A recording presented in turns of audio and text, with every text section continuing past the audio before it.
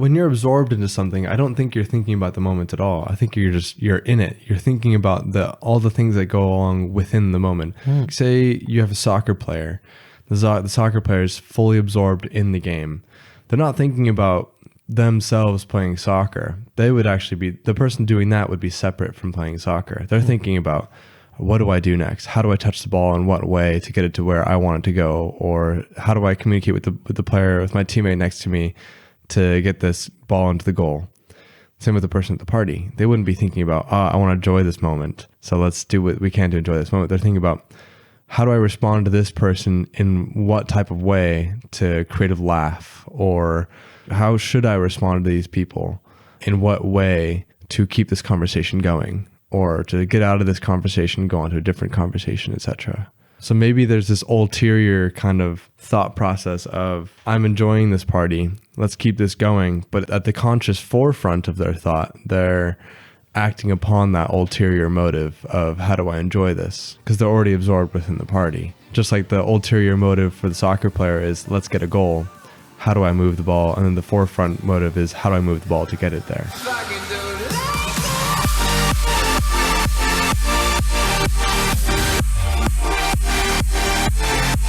Do you think joy is to be found by actively engaging in anything? Or is it that joy is intrinsic in some activities, like consuming cocaine?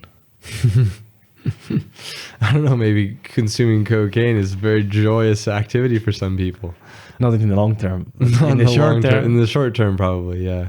It depends on the person. I definitely think that there's some sort of joy that arises when you're swept up in something. The idea of like flow, when you're in the flow of something that, but not necessarily, because maybe you could be in the flow of something that you don't enjoy doing. But I feel like that would be a bit strange. When I think of being actively engaged in something and enjoying it, it has an element of flow, of being in it, of being absorbed in it, is what I would probably prefer to say.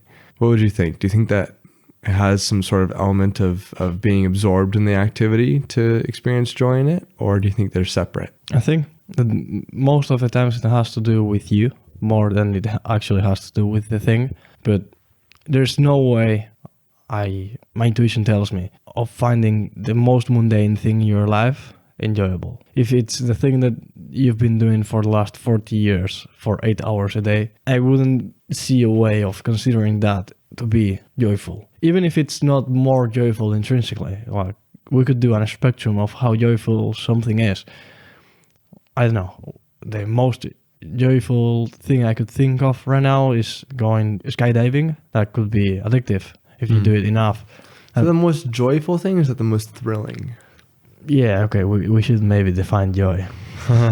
Probably should, huh? I don't know. I think that going back to what you said though, about like, say you do the same thing every single day, and how that couldn't be joyful. Because if you're going off of what you said before, you could be talking about how, so the thing itself, the activity is different from your mindset, I guess, in regard to it. And so maybe the mundane activity you were talking about, you could find joy in it some days, and other days you could not find joy in it, just because it doesn't actually pertain to the actual activity. Or maybe you could find a way to change your mindset towards it to where you could have joy in it every single day doing it. And then the mundane actually somehow becomes the magical in a way. Because I do feel like with joy, there's some sort of, and I would have to define this term, like there's some sort of magic in it. There's some sort of extra enjoyment, something that's not necessarily mundane or stolid or placid, something like that. It seems like you have something you want to show me. What is this? There's an author called Stephen Kotler, and he wrote quite a bit about the state of flow, and I've heard about the book. Yeah. Yeah. And I haven't read his books yet, unfortunately, but I've heard a few interviews that he did, and I think I agree with you that there's some kind of value in the mental process that you are having in the moment, and not as much in the thing that you are doing. But the thing that you're doing, if we go to the extreme, it will be the most mundane or the most mediocre thing. And if it is extremely mediocre, we have natural responses to mediocre environments of boredom, of seeking for something new. And the state of flow, I think, my intuition tells me, I have no research backing my claims, is the opposite to aspiration. Aspiration is intrinsic to people. It's not that you aspire for something new because you are bad. I'm probably much better off than people 200 years ago, even the wealthiest person 200 years ago.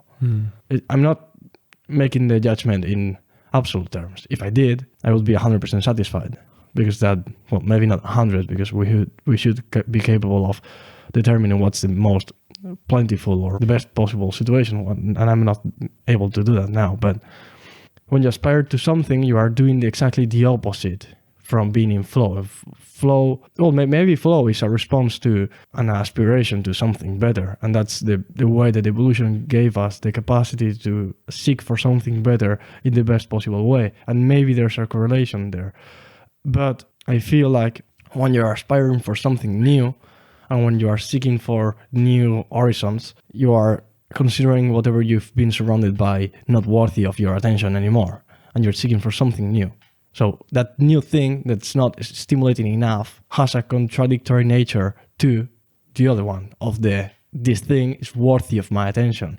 And considering whatever you're doing worthy of your attention and worthy of your time and to derive meaning from whatever you are doing, I think is the opposite from boredom. You think it's the opposite of boredom? Say that one last part one more time. That boredom is the opposite to flow. Yeah, I think I'm not sure if I would say that boredom is the opposite to flow, because I think that within a bored state, one could be in the flow of being bored. They could be in the flow of some activity which is boring to them. But I definitely see how there could be some sort of difference in between, say being in flow of something fun and enjoyable. This is why I asked you before is how would you differentiate flow and enjoyment? Because from what I was thinking before, I think I presuppose that being in a state of enjoyment would also be in a state of flow. And I think that to a certain extent is actually true, that when you are enjoying something, you're also in the flow of it. You're absorbed in it, I think is a better word. But when you're absorbed in something, it doesn't mean that you're actually enjoying it. And so I think that, and I'm replacing the word flow with absorbed here, because I think that it makes a little bit more sense, because you're absorbed in an activity, you're a part of the activity, and you're not a part of something else at this point. So I think that you could be definitely absorbed in a state of boredom, but where you cease to be absorbed, or where you cease to be in a state of flow, I think that could be a bit different. I think it could be a state of separateness of wherever you're at. Say you're in a conversation with somebody, say you're in a conversation with a group, or you're at an activity, or you're at a party. Say, example, you're at a house party or any type of party in general. Let's say you have Kevin, you have Mac.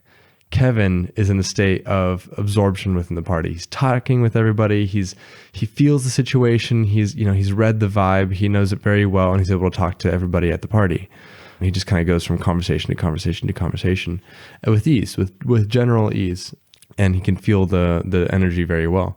And then there's Mac, and Mac is having a very difficult time getting absorbed within the party, and so he's separate. He is entirely separate from the party. He can't go from conversation to conversation to conversation. In fact, actually, he feels like he's outside of the party. He's there, but he's not actually there. He's not in the flow. He's not absorbed with the general atmosphere or the energy of the environment that he's in. I don't think it'd be boredom or anything really else. I think that depending on how one person reacts to being separate is how they would react. Say some person, they don't care about being absorbed into the party.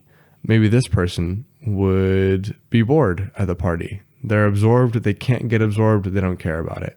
Maybe this party is very important to this person, or maybe they're trying to get absorbed into this party, but they just can't. Maybe that brings about a state of anxiety. So I'm not sure if the separateness is necessarily some other type of feeling, but rather separateness is its own thing. There's a state of absorption to where you could feel great, good, bad. And there's also a state of separateness where you can feel indifferent, positive or negative as well. What do you think? I think what you're saying is really related to constant task switching and the shallow state of attention that we are condemned to in our current society. Not condemned to. You can avoid it, certainly, but our current technology doesn't conspire to increase our attention span with things or toward things.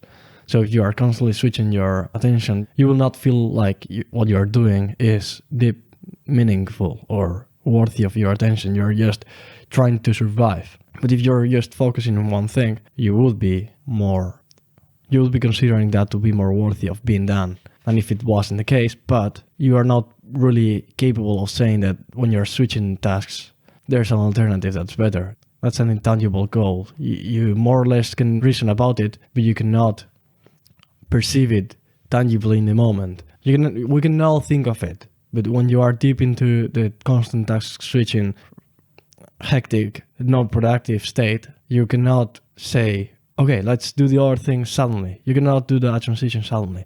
So the guy in your example that was not really enjoying the situation, I guess he was as absorbed as the other one, but by different things. The guy who was deep into the party was in the party, but the guy who wasn't was thinking of other things. If you analyzed his brain, if we were able to do that, maybe there's no need for doing this. We could just ask him, what were you thinking on, if he was honest. And he was thinking of, I'm surrounded by drunk people here. They are so inefficient and the music is too loud. And I'm feeling a bit dizzy now because of the few drinks I had previously. I have to leave early because tomorrow I have to wake up super early. And those are his thoughts. There are a multitude of thoughts. But if you check the thoughts of the guy who's deep into the party, he's just thinking of one thing. This is a great moment and I want to have a great moment, and enjoying the moment is the best thing to do now. He's not thinking about his grandparents dying in the next 2 years, which is something that it might happen in his life. He's just thinking of that moment. But when you're absorbed into something, I don't think you're thinking about the moment at all. I think you're in it. You're thinking about all the things that go along within the moment. Say you have a soccer player. The soccer player is fully absorbed in the game. They're not thinking about themselves playing soccer. They would actually be, the person doing that would be separate from playing soccer. They're thinking about, what do I do next? How do I touch the ball in what way to get it to where I want it to go? Or how do I communicate with the player, with my teammate next to me to get this ball into the goal? Same with the person at the party. They wouldn't be thinking about, I want to enjoy this moment, so let's do what we can to enjoy this moment. They're thinking about, how do I respond to this person in what type of way to create a laugh? Or how should I respond to these people? In what way to keep this conversation going? Or to get out of this conversation, go on to a different conversation, etc. So maybe there's this ulterior kind of thought process of, I'm enjoying this party, let's keep this going. But at the conscious forefront of their thought, they're acting upon that ulterior motive of, how do I enjoy this? Because they're already absorbed within the party. Just like the ulterior motive for the soccer player is, let's get a goal. How do I move the ball? And then the forefront motive is, how do I move the ball to get it there? In order to be in a flow state, you cannot, or to derive joy from the moment, you cannot do an analysis of what you are doing. You just have to do an analysis of your surroundings. Yeah. I mean, to get a joy out of the moment, I don't know. But to be in absorbed within the activity that you want to be absorbed in, you can't be thinking about the activity that you're doing. You can't be thinking about the activity that you're trying to be absorbed in. You have to just do it. It requires some conscious kind of the next steps, and then getting swept up in those steps and forgetting about the thing that you're actually doing for a second and just doing it. Like when you're playing soccer, when I'm swimming, for example, when I'm playing some sort of sport, I'm no longer thinking about, I'm playing the sport, or I'm swimming, or I'm doing this activity. I'm thinking about, I need to take this next stroke. I need to move the ball in this type of way. Or even these thoughts can probably be so quick and ephemeral. They're there for 1 second and they're gone for the next, just because I'm just doing it. I'm absorbed in the task. Whereas if I was in the task and I was thinking about the next steps or things that I was supposed to do in a very logical, coherent sort of way, then I think that I would be taken out of it, because my energy would no longer be in the doing of it. It would be in the thinking of it. So in regard to enjoyment of the task, I think it just depends on what you enjoy being absorbed in. Or maybe flow supervenes on enjoyment, or joy supervenes on flow, in the sense that the more you can be absorbed into something, the more you can be in flow with something, is dependent on how much joy you can get out of it. Maybe the amount of joy that you can get in something is how absorbed you can get into something. Essentially, joy is your capacity for absorption. So if you get very little joy in something, then maybe you get very little absorption in it. Like, say, cleaning the house, or thinking about something you don't want to think about, or I don't know. Tell me something, like, for you, what's something you just don't enjoy doing? Accounting. Accounting. Okay, so maybe somebody sits you down, they're like, all right, you have to do 3 hours of accounting today, and you can't do anything else other than that. You have to do 3 hours of accounting today. You sit down, your capacity for this, your enjoyment of the activity is so low, so your capacity for absorption is so low that while you're while you're trying to get into the accounting, you just hate it. You have a hard time getting absorbed into it because you just don't enjoy it. I'm sure you'll be able to get absorbed at a certain point, and then maybe whilst you're in the absorption, you would enjoy it a little bit in the tiniest degree. But say, what's something that you really enjoy doing? Reading. What is it? Reading? Reading, or yeah. So you say you have the best book in the world in front of you. The first 2 words, you're in it. You're in the book, you're understanding everything that they're saying, or you're in the story, whatever type of book it is, and you're fully absorbed into it because your enjoyment capacity for it is so big that your absorption capacity reaches it very quickly, or you're able to get absorbed in it very quickly and be entirely absorbed into it. That's kind of what I'm thinking. Would you put it somewhere else, or would you put it some other way, or would you agree? Yeah, I agree. I think that maybe with other words, I would think that flow requires you to be in a mental state of linear and non-abstract thought. You cannot think of the thought. You have to do the thought. You have to be in the first layer of reality. You cannot abstract yourself away from it. Maybe if you're doing an academic thing, or if you're doing something that requires abstraction and you can derive pleasure from it, that could maybe contradict my theory, and I've certainly derived pleasure or well-being from abstraction in many situations. That's mostly what reading is, but you certainly have to be linear. You cannot be switching tasks. And I think that the current scientific evidence points out to this. I don't think it's famous, but I really agree with this quote. It's scrolling is the new smoking. And it perfectly resembles the current situation. We used to think that smoking is not bad. We progressively started thinking that smoking is bad. And now it's almost stigmatized. Something similar is going to happen in Spain.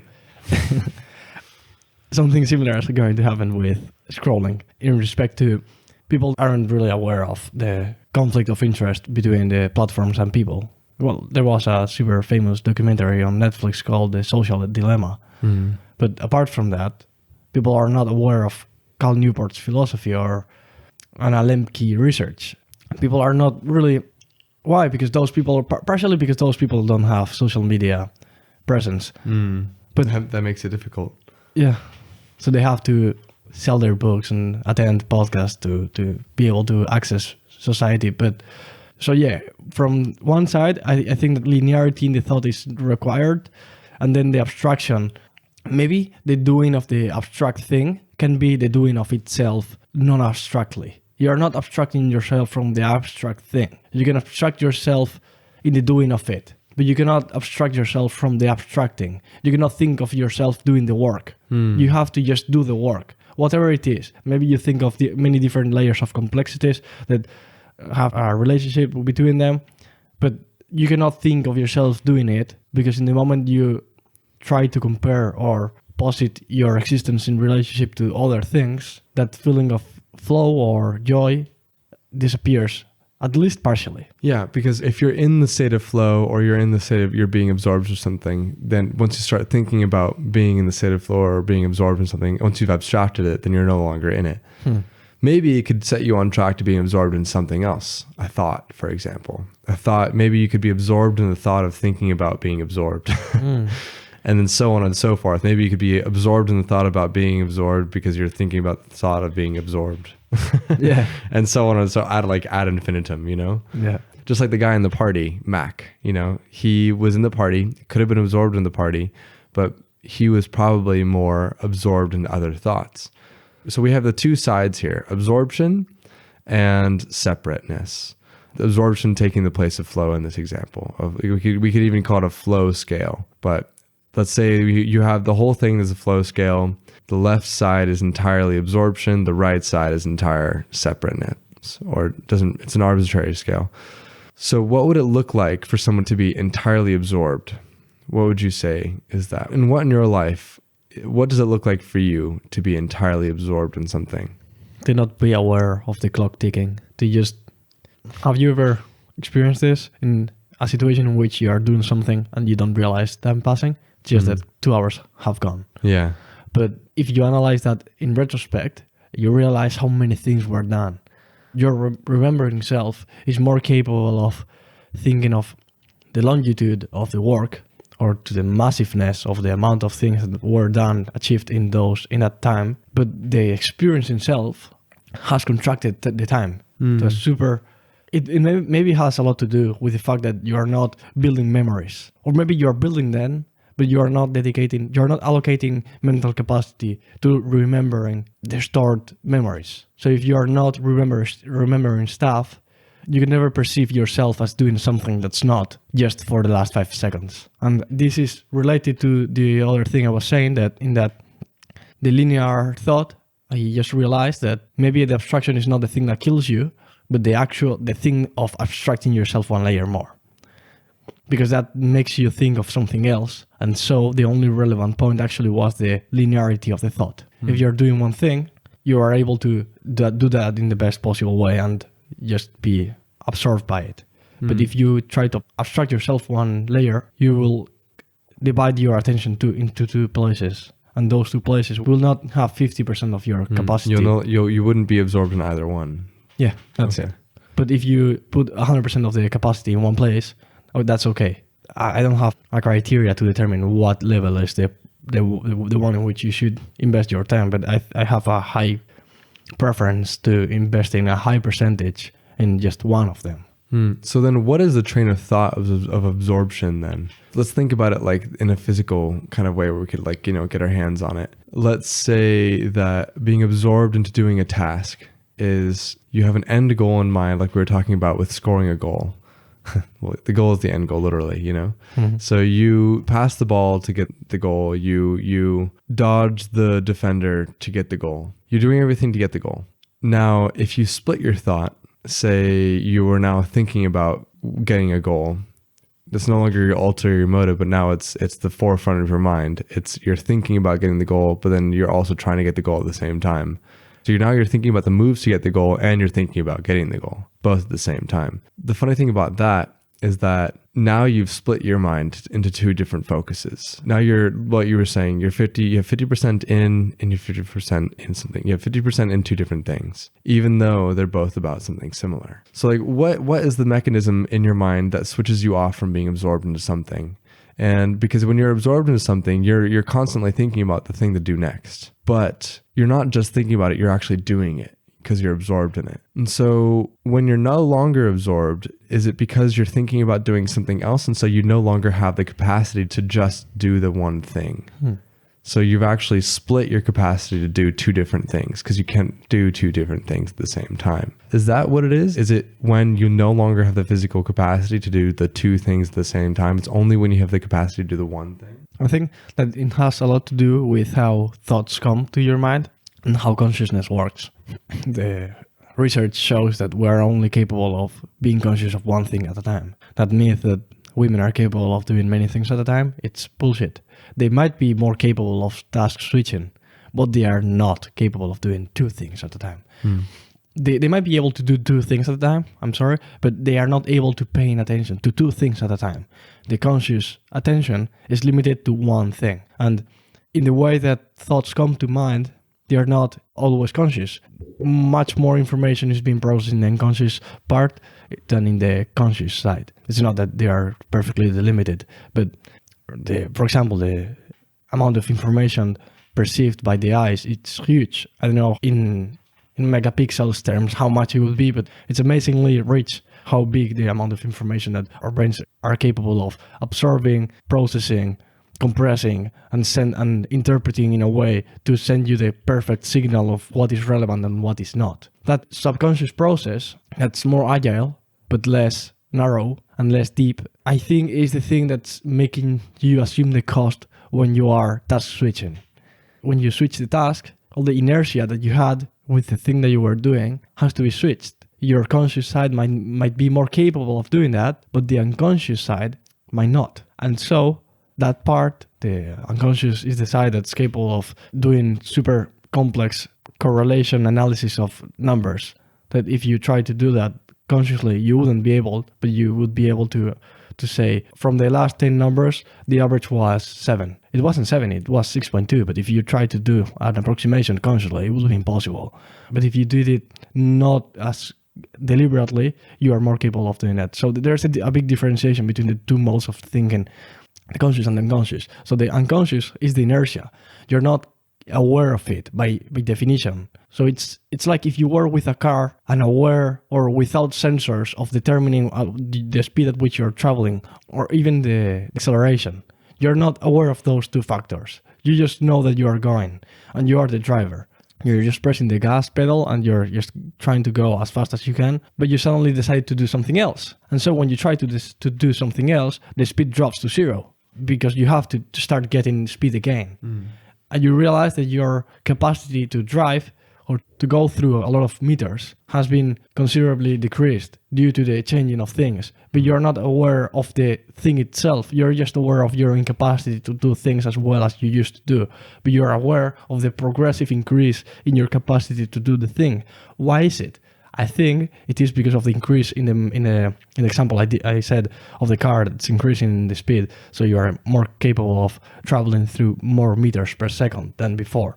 And that thing is the conscious side, you doing more meters per second, but you're not actually aware of what the inertia was. And that inertia is necessary. So my point is that the narrowness and the linear thought is required for a state of joy from a thought or a state of absorption or an experience. Flow. So I like that analogy because when you switch from one thing to another, you go from a state of inertia, state of like you're going already fast, to a state of, say you switch from having a conversation to doing math or something like that, where you need to use some entirely different part of your brain or etc. Then the inertia that you're speaking of drops down to 0. So you need to start getting faster again. You need to start accelerating in order to do math a lot faster because you're switching gears. So is the state of absorption in our minds then really just capacity to go faster in something? Or is it capacity to warm the gears up in our mind to do something in some most efficient way? I think it's the second. It's not the capacity to increase the speed at which you increase your capacity to do things. It's the actual capacity of doing things that it's getting increased. So when you're fully absorbed into something, you're able to do it at top-notch speed because you're fully absorbed within the project, say math or a conversation. You're fully into it. If that's the case, then is it possible for one to switch gears at a rate which is very, very fast? Could one switch from conversation to math to this to that, etc., on and on, at a very, very fast rate and be able to be absorbed in a very fast rate as well? Like, can you control the rate of your own absorption? I guess there's a learning curve there too. And you could decrease the amount of time that it took you to get into the high performance state. So instead of taking you 2 hours to get into your peak performance, it might take you just 10 minutes. There might be some kind of factor like that affecting this. You could train it by actively switching tasks. It sounds like a ethereal kind of skill. Like, yes, my best skill is I'm really good at getting absorbed or really good at getting into the flow of things, whatever that thing is. It could be good for a job that requires so many different types of things. Like, say, a lawyer, I think, is a good example of this.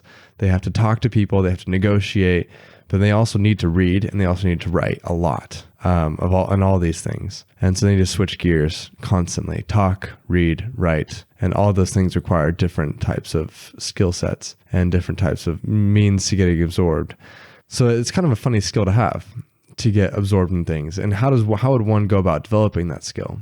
One has a defective skill of getting absorbed in things then what would their life be like? Would they just be constantly separate from everything? Would they just be depressed because they can't connect to anything? Because if we go back to the basis of this, maybe their enjoyment capacity or their enjoyment of anything is so low that their capacity for absorption is also so low. Would they just be depressed? Would they be anxious? Would they be fearful? What would it be like for somebody to have no skill in absorption? You're asking me as if I knew something. But okay, I will give you my intuition here. I think that how good you are in transitioning from one thing to the other is just how much you can afford to transition from one thing to the other and still maintain a high level of performance in each one of them. So even if you had the lowest of the capacity possible in transitioning between tasks and it took you 5 hours to get into the peak performance, if you were capable of not switching tasks at all and just do one thing, not even go to the bathroom, just do that thing and then do the rest of the things to keep living. You eat, you pee, you go to the bathroom, you clean yourself, you sleep, and then you wake up, you do that thing for 16 hours, do the other things that keep you alive, and then sleep. And then do the exact same thing. You will still be able to do meaningful stuff. No matter where you are, I think there's no inherent benefit in being capable of task switching. The valuable thing is the achieving of things, not the capacity to achieve things in many different places. Are you going to achieve more by switching more, or? I think that you probably could, unless you're just doing just that one thing like you were saying. If you're just doing the one thing all the time, you'll achieve many things in that one thing. You'll kill it. Say you're the best biologist the world has ever seen. You're only focusing on one specific like genome. C. elegans. What? C. elegans. It was a worm.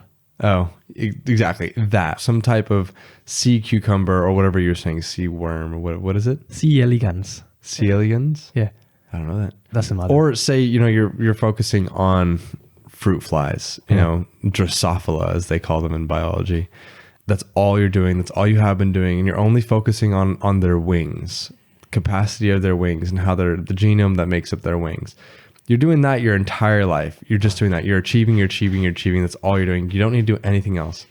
Now, this is probably not the best example because in order to study the wings of a Drosophila, you need to, first off, research them, and then you need to write about them, and then you need to think about them, and you need to probably talk about them as well. You need to get funding, you need to negotiate to get the funding, you need to apply for programs to get the funding to do those things.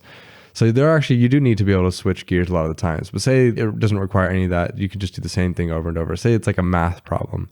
You don't need any funding, you don't need anything like that. You just need your mind, and you just need time. And all you do, I'm not saying this is the case for every mathematician, but let's just say let's just use this example.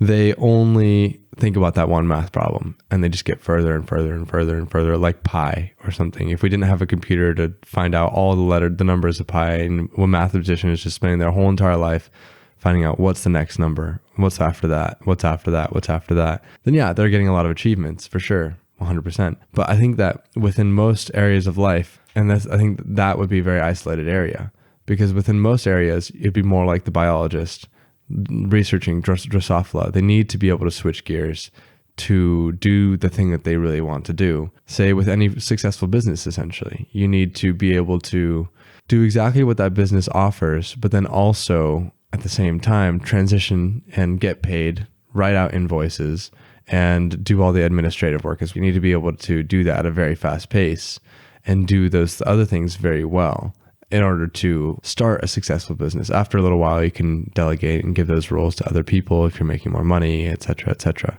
But you still need to be able to switch gears very fast. So I think that, yeah, in most instances, you would be more efficient if you could switch gears, if you had that skill of absorption, to be absorbed in whatever you're doing, no matter what it is, and to be able to switch very fast and get absorbed in something very quickly, compared to just one thing and being absorbed in just that one thing, and then eating, sleeping, pooping, peeing, all that stuff, and then go back right to doing it again. But I think one thing we still haven't chatted about, though, is separateness. We've chatted about the one side, the left side, absorption. What would it be like to be separate? What comes to mind as to being separate from something? But separate from what? You cannot from anything. You can't. So say there's Mac at the party. Mac is separate from the party, and you asked him, "What are you thinking about?" And he just says, "I'm trying to be a part of the party." He can't even get absorbed in any other thoughts. He's not even thinking about anything. He's just, all he's trying to do is get absorbed in the party, but he cannot do it. He's separate and he cannot figure out how to become absorbed. What would it be like to be separate? Is it just emptiness? Is it just vacuousness? What would come to mind? A meditation, or what are you referring to? Because even a meditation, you get absorbed in the nothingness. Your being is in the nothingness, or rather your lack of being. But you're still a part of it. You're still a part of the nothingness, because you have to actually put some sort of conscious effort to ignoring all of your other thoughts to actually be in a meditative state. So there is actually some sort of intention involved there. My question is, what would pure separateness look like? So if meditation is the experience of the inexperience, and that's still super absorbed by the situation, I guess that it is not about the amount of things you think of. Well, rather, meditation, I say a pure meditation would be that you are able to will through the lack of willing. You're willing yourself to not will, to not exist, I guess, in a certain sense, to not think. So you're actually absorbed in your lack of thought. Is that separateness, though, really? No. I don't think it is. But in one extreme in which you are the most absorbed, you would be deep into the thing that you're doing. And in the other side, you would be hectically and frenetically task switching. So that guy trying to get into the thing that he's trying to get into, the being part of the party, but he's not being capable of doing it. He's trying to think of many different strategies that he could use in order to get into the state that he would like to be in. He's not being able of doing that. So in that sense, he's thinking about different strategies, but say he's not even able to become absorbed in a certain strategy Because he's not linear. because he's not linear. Exactly. He's splitting himself. He's splintered.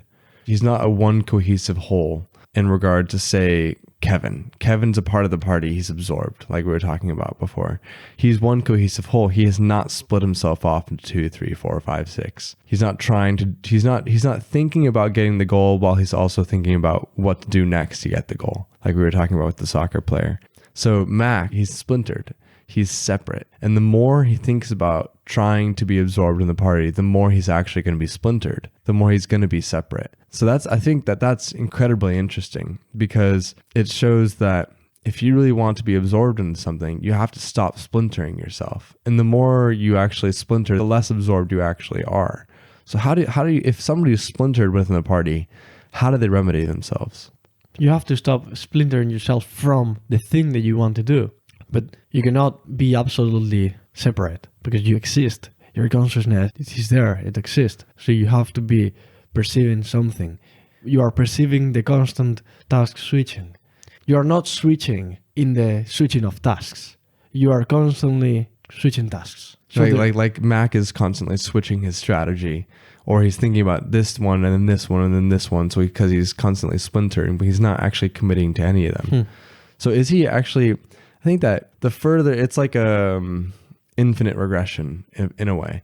He's never going to be 100% fully separate, because there needs to be, like we were saying, for the person who's in meditative state. Even if you're in nothing, you're still absorbed in the nothingness. But for Mac, there is this end goal.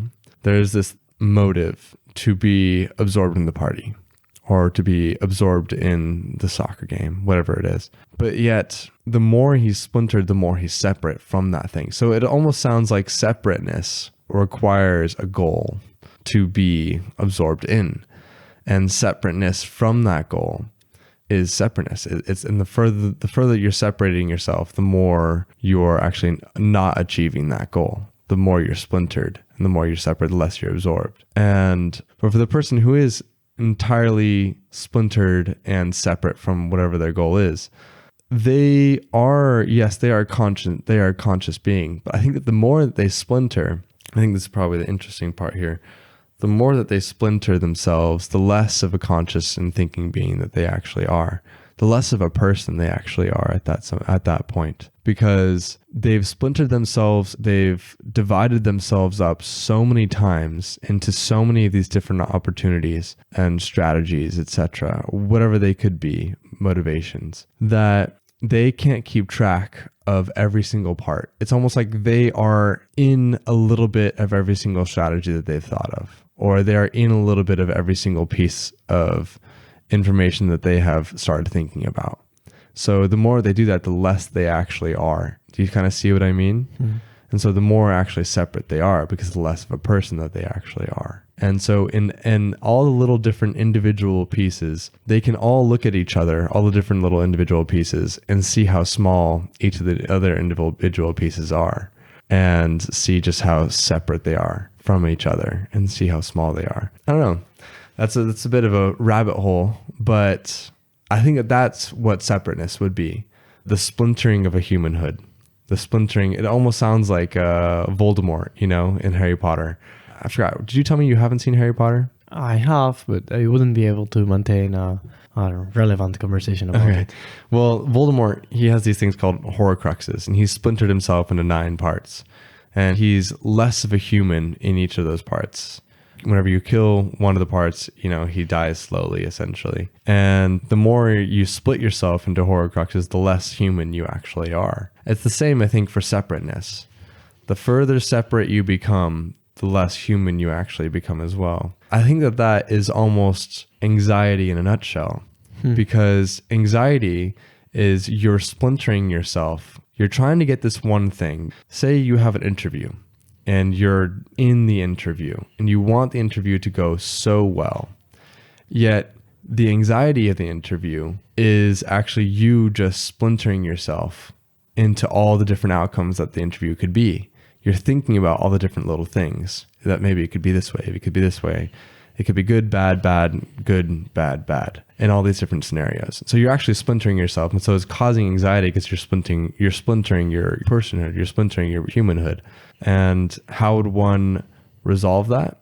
By choosing one of those options, or settling with whatever the option is that's actually directly in front of you, and just allowing all the splinters to just collapse into one, and then you're ideally absorbed. Or doing the opposite, splintering yourself one step more, so you're able to analyze the analysis that you were doing. So you are able to determine that, hey, what I was doing, splintering myself, is not efficient. Let's stop doing it. Yeah. You have to be aware of your That's splintering. Interesting. It'd be like a meta splinter in a sense. It'd be like a new splinter in a different direction. I can see myself splintering, so let's stop this splintering, and then it causes it all to collapse. I've been thinking about this in all the conversation. Well, not in all of it. Maybe halfway through it, I started to think of the analogy of a tree and all the branches. So if you change from branches, there's like a primary, secondary, tertiary, and then there's the leaves. If you are in the leaves, you are experiencing. If you are in secondary, you are being aware of different leaves. So you are switching between leaves. But if you are in a secondary branch, you are aware of the different branches that splinter themselves into different leaves. So you are even more abstract from reality. You are 2 steps from reality. But if you go to the base of the tree, that ultimate abstractness can be achieved in some way. And I think that the same thing happens with intelligence. The difference between monkeys and us is negligible genetically. It's less than 1%. I don't know how much it is, but it's super small. It's absurdly small. When I first saw this information, I was shocked. If that huge differentiation in how capable we are to collaborate socially has been derived from that marginal improvement or marginal differentiation in genetics, what would it be to have a substantial genetical difference pointed towards intelligence? It cannot be an infinite regression. It's constantly new things. It has to be. The monkeys don't do the analysis that we do. So the next step must also do new things that we're not capable of abstracting ourselves away from.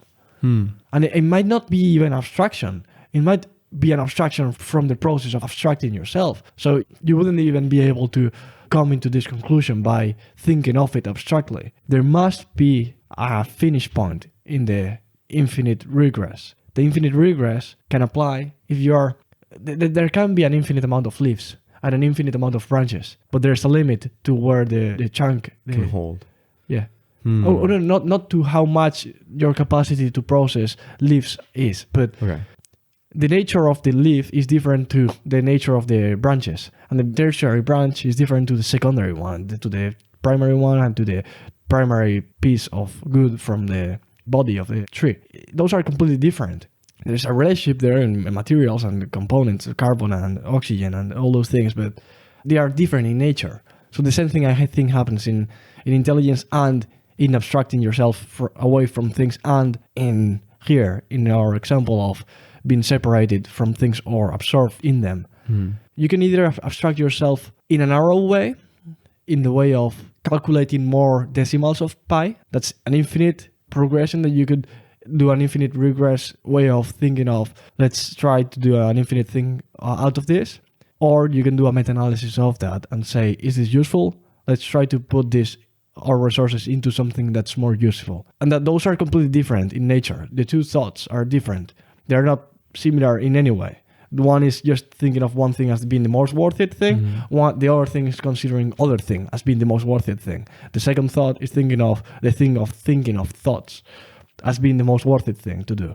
But what if you thought the thought of thinking of things? You consider the thinking of things not worth it. That's like a friend of mine who say, why are you questioning this? We just accept this as a dogma, and we keep computing more decimals of pi.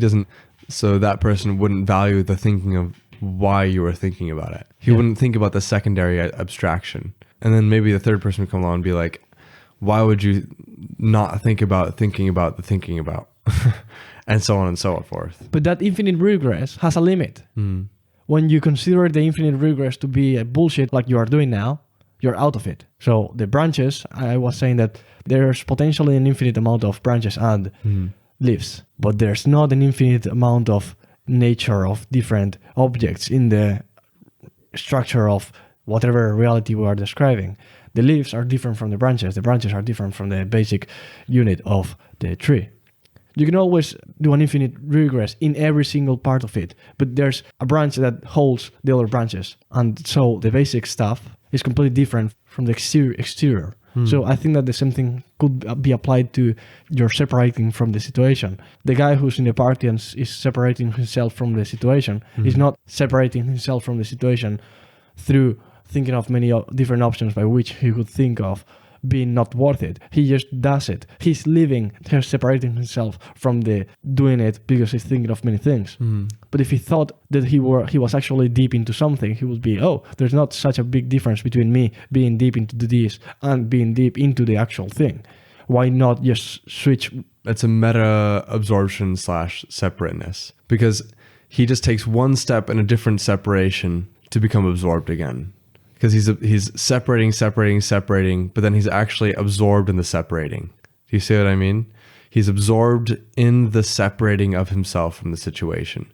And then he takes a different angle that's actually separate from the absorption of separation that he was already in. Yeah. And he thinks about the absorption separation and be like, all right, I should stop doing this and go back to this original motive that I had, and absorbed myself and absorbed myself this. So he actually separated himself from the separation that he was in order to absorb himself in a different situation. It's very interesting. The higher you fly, the less beauty you see, the less capable you are of appreciating the beauty of each individual tree. But in order to see the whole forest, you've got to lose that resolution. There's a trade-off there. You either see the details or you see the context. And in order to progress, because whatever you are doing is not giving any benefits, you have to do a meta-analysis of what you are doing to see where the problem is. And you have to stop putting resources in the thing that you are doing, that I suppose that it was considered by yourself as something worthy of being done, because if not, you wouldn't be doing it. But you have to allocate some of your resources to something else, to the thinking of the thinking, in order to judge it as not worth it, and to potentially discover something else that's more worth it, because you've already invested enough to determine that statistically you wouldn't be able to have enough return from this, or that the expected return is not high enough to justify future investment. But that's the opposite from business or from Not from every business. You have to maintain yourself solvent. But in podcasting, in YouTube channels, in many companies, the place in which the most people fail is in the process in which they abstract themselves from the situation and they say, I've invested a lot here. I couldn't predict this being successful in the long term, because if in 3 months this has only increased in 3 views, in 9 months another 9 views. But that's not linear. Views are not linear. Views are exponential. And our brains are not designed to that. And in the same way that our brains are not designed to calculate and to perceive how exponential things could be in media production, our brains are not designed to process all the individual leaves simultaneously. So the abstracting yourself from the principal activity is negative in the sense that you will be miserable, you will be depressed, and you will not be capable of derive joy from the situation. Because you are not aligning your biological structure or your biological building through natural selection with the thing that you are asking your body to do. I think you have to be aware of what the correct situation or what the evolutionary situation was in order to adapt to it to achieve maximum performance. And that wasn't constantly task switching between Twitter, Instagram, this comment, this other comment, now this video, now this other thing. That's probably the farthest example I can think of from what our evolutionary environment was. Yeah, because our evolutionary environment would be you do switch, but not at that fast of a rate. Yeah. I think that it could be a good adaptation to switch at a very fast rate, but it depends on what you're switching from and to, because you could become faster at switching from reading to writing, just as you can become faster from switching from reading to speaking. But you could also develop skills in the bad things, like, you know, you become faster at consuming media, consuming Facebook, and you switch to be faster consuming Instagram. So you're actually putting the skill in a bad way, which again, I don't know how much it would translate across the board. Like if maybe you could develop that skill through switching platforms, or if it's even really the same thing, not like, you know, et cetera, et cetera. But I think that it could be developed in a bad way and a good way, maybe. But that evolutionary need or pressure to develop capacity to switch tasks fast has developed in the places in which that has been required. For example, fear. Fear is produced in you almost instantly. There's obviously a progression in the increase, but in comparison to how slowly it decreases or how fast you can get into concentrating in reading a book, that's almost instant. Why is it? Because if it wasn't the case, you wouldn't have been able to have offspring. So in those places in which natural selection forced us to, not forced us, it isn't that individuals were forced to do it. It was just that the ones that didn't do it didn't survive. It's via negativa that natural selection works. It's not via positiva. Let's now do this. No, it's not let's now do this. It's just that the people who do it will survive more. So maybe the people who are fat in the couch all the day and they are not using condom and they are having a lot of kids because they are super imprudent and they are super ignorant about things in life, and they vote, I don't know, they love Trump, or maybe there's an equivalent of ignorance in the typical realm of voting system in the US in the left side. So I'm not trying to position myself in this left or the right. I'm just saying that there's ignorance in both sides. So I can think of the typical example of the Trump voter, who's not all the Trump voters are stupid, but some of them are super stupid. And those who are super stupid tend to have a higher fertility. Why? There's a correlation between, I think, stupidity and capacity to reproduce now, and it should be the other way around. So the people who are more capable of switching between tasks in online now on Facebook and Instagram and TikTok will be the ones maybe reproducing more, so future generations will be influenced. It's like a secondary effect. It's not a principal effect. The principal cause was them reproducing more. But the people who reproduce more also checked Instagram more, because there's a relationship between people who are useless or stupid or I don't know, whatever, and the absurd amount of hours invested online on constant task switching. I'm not saying that they are inherently stupid. Their IQ might be quite high, but their habits dealt them to be not as useful for society, because they are not aligning their biology to that. But maybe if they are more capable of reproducing than the rest of the people, there will be a selection there of the people who are more capable of task switching will reproduce more. And so it's a self-fulfilling prophecy that makes the people be selected, not for the capacity to switch, but for their trait that is correlated with higher fertility, that is also correlated with the task switching. So maybe there's selection pressure now, but selection pressure now for anything is redundant. It's not Idiocracy, the film that we talked. Yeah. I've seen it too. Yeah. I mean, I guess we'll see, right? There's no way selection pressure could be a thing now. Yeah. There might be an homogeneous or predominant selection pressure in the world that it's making a trend in the selection of people, but that's redundant when we invent CRISPR and we accept it as a moral thing. Selection pressures will be useless. We will be determined or selected by our reason, not our just natural selection. And so that will also affect our problem, our first problem, that if the biggest amount of joy is derived by getting deep into something, maybe selecting from that is positive, not in society terms, in individual terms. Would you personally consider that to be more beneficial to your life? Do you have personal experiences in which you have done one or the other, and how do you feel? I mean, I think that if it would be possible to develop a skill, like we were talking about before, if you can develop a skill of separateness as well as a skill of absorption and have them go hand in hand, I think that'd be wonderful. Say you can absorb into something, but then you could also still have the capacity to analyze the situation that you're absorbed into. So separate yourself for a moment, for a second, absorb yourself in something else, switch gears per se, and use that individual, that secondary absorption to analyze your primary absorption or the situation that you're in. Then I think that'd be immensely beneficial, because you could ask yourself, is this what I want to be doing? Is this what I want to be saying? Is this what I want to be absorbed in within the secondary absorption? And then you can go back and take yourself out of the primary absorption or reabsorb yourself into the primary absorption. Just like the Mac separating.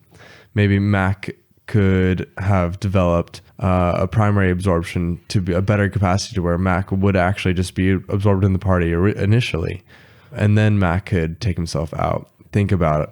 Should I be absorbed in this? And then maybe no longer be absorbed in it. It's like that paradoxical absorption separation thing. Mac had, in order to get out of the paradoxical absorption separation paradox of sorts, Mac had to separate one further in a different direction in order to exit the absorption of separation that Mac was in order to exit the entire separation to begin with and absorb himself in the thing that Mac wanted to be absorbed into. So I do think, that'd be highly beneficial. But just due to the relationship between what he's doing and the evolutionary environment. Yeah. I mean, due to whatever environment Mac would want to be absorbed into, I think. It's not what you want to do. Facts don't care about your feelings. So what are you trying to touch upon here? What do you mean by evolutionary environment? If you feel like that you will derive a lot of meaning and joy from doing one thing that's super separated from what you are supposed to do as a human, no matter how much you want it, if you are not supposed to be doing that as a human and you are evolved to just feel super bad by doing it, you're going to feel bad. You cannot fight against your genetics. You might be able to modify the genes of your children, but not of yourself. And we don't even know what's the relationship between the genes, but never mind. So I think that we have, in a way, to accept our nature, and fighting against it up to a point is useless in our generation, or until we're capable of modifying our own genetics. Yeah. I mean, I definitely would agree with that. We have to accept with our genetics. But how would you tie that into what we were talking about earlier? That's my question. That the guy who was deep into the party was highly correlated with what our evolutionary environment was. Things didn't change fast. Things used to just, now it's midday, then it's the afternoon, then the sunset. Then what if you're hunting an animal and all of a sudden the animal finds you first? And then things did change fast. It was the ones who couldn't change fast that probably didn't survive. But not in all the ways. You're not capable of switching in one direction. It's just in one direction that you're capable of switching. Like, good things happen progressively and bad things happen suddenly. That's why there's no news about 150,000 people getting out of poverty every day for the last 50 years. And when 8,000 people die in a terrorist attack, everyone oh, that's so crazy. And like 15 times more people just got out of poverty today, and no one is caring about that. Why? Because it's progressive. So we're designed to perceive sudden things as relevant, but sudden things tend to be bad, not good, because you don't, like, let's say my fingers function perfectly, my hands function correctly, my nerves are perfect, my muscles, everything works perfectly. There's no way I could derive double the utility out of my hands. I could only derive half of it if I destroyed one hand, let's say. Maybe it's not half, but I could certainly notice that. So my body being like a chain, that if one of them is destroyed, everything is fucked up. I will not want sudden things to happen. We are adapted to reacting to sudden things, but there's only bad sudden things. There's no good sudden things. So how would you put this in conclusion so we wrap up here? That we have to adapt our habits to our evolutionary environment. We have to know it, and whatever your objective is, knowing as much as you can about biology and the evolutionary environment in which humanity grew, doing the cost-benefit analysis there, and what's the thing that's going to maximize that. And I would advocate for narrowness and having the subconscious take care of. This has already transitioned towards not being good for you. If you drink the first glass of water, it's great. The fifth one might kill you. So not the fifth one, but the 15th one. 50th. So you have to be able to say when it is too much. I will leave that to the subconscious, or maybe I don't know if we should leave it to the conscious side. But there has to be an allocation of your brain capacity to judge if the thing that you are doing is not worthy anymore.